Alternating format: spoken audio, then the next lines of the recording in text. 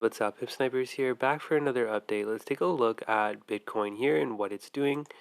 So right from the top here, you had a 5-wave move to the downside.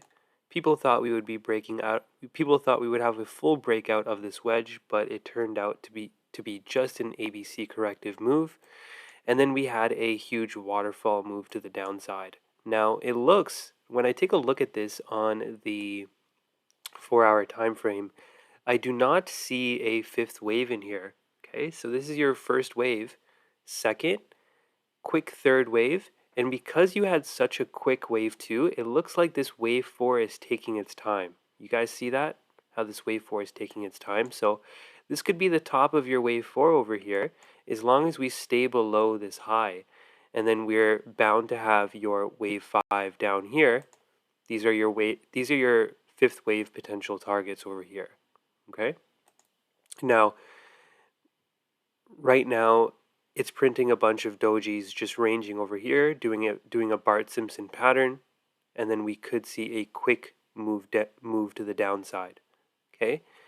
As long as we stay below this high here, below this wave 4 high. Okay?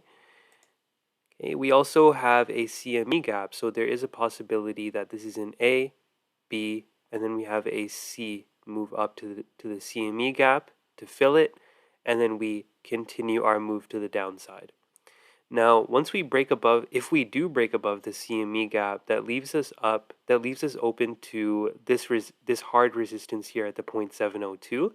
As soon as you break above this 0.702, which is a huge psychological resistance because this is a wedge. So getting above this wedge, everyone will think that the correction is over and that Bitcoin is going to continue its uptrend, only to be met by more resistance at the 786, 886, 1, and especially the 1.236, which is near another CME gap. Okay, so there is definitely a possibility of us breaking above the 702, which would give us confirmation of us hitting these higher targets before getting knocked down. Okay, but so far, as long as we stay below this high right over here, then this remains my wave 4. Okay, but once you get over this wave 4 high, then that leaves us open to the possibility of us hitting the CME gap. Get above the CME gap, it gives us a possibility of us hitting the 702 and the targets above it. Now, when we take a look at Bitcoin from a different perspective, you can see Wyckoff distribution. So either scenario is playing out, either schematic 1 or schematic 2. So you have one dip before you enter into a range. Okay, so one dip before you enter into the range, go down for your automatic rally, secondary test, and then you go on to make a new low. Okay, automatic rally, second test, and then go down to make a new low, and then you have a straight move to the upside near the top of the range. Okay, we have a straight move to the upside near the top of the range. Now, the question is which scenario is it doing? Is it gonna go up right back above the range, above this high? Okay, to hit the 100% fib or the 1.236, or are we doing schematic 2 where we come up mid-range, so around this 786 region or this 702 region, even the CME gap, and then fall further? Okay, so it's either one of these, either schematic 2 or schematic 1.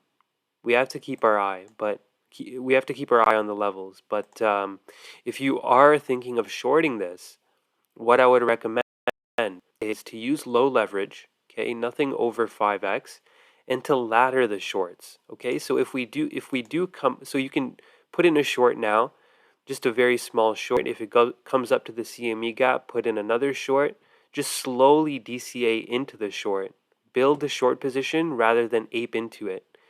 This allows you to save your own ass if the trade goes against you. Okay, so you always want to ladder into the positions. Okay, so it's doing either one of these scenarios. in my opinion. Either Wyckoff schematic number 1 or schematic number 2. Okay? So this CME gap is still acting as a huge resistance. Getting above this CME gap will leave us with this hard resistance at the 702. As soon as you get over this 702, all the longs will start piling in because you're getting over a psychological resistance, which is this wedge. Okay? Only to leave bulls with more resistance to the upside. 786, 886, 1, and 1.236. Okay? All of hitting any of these resistances are possible.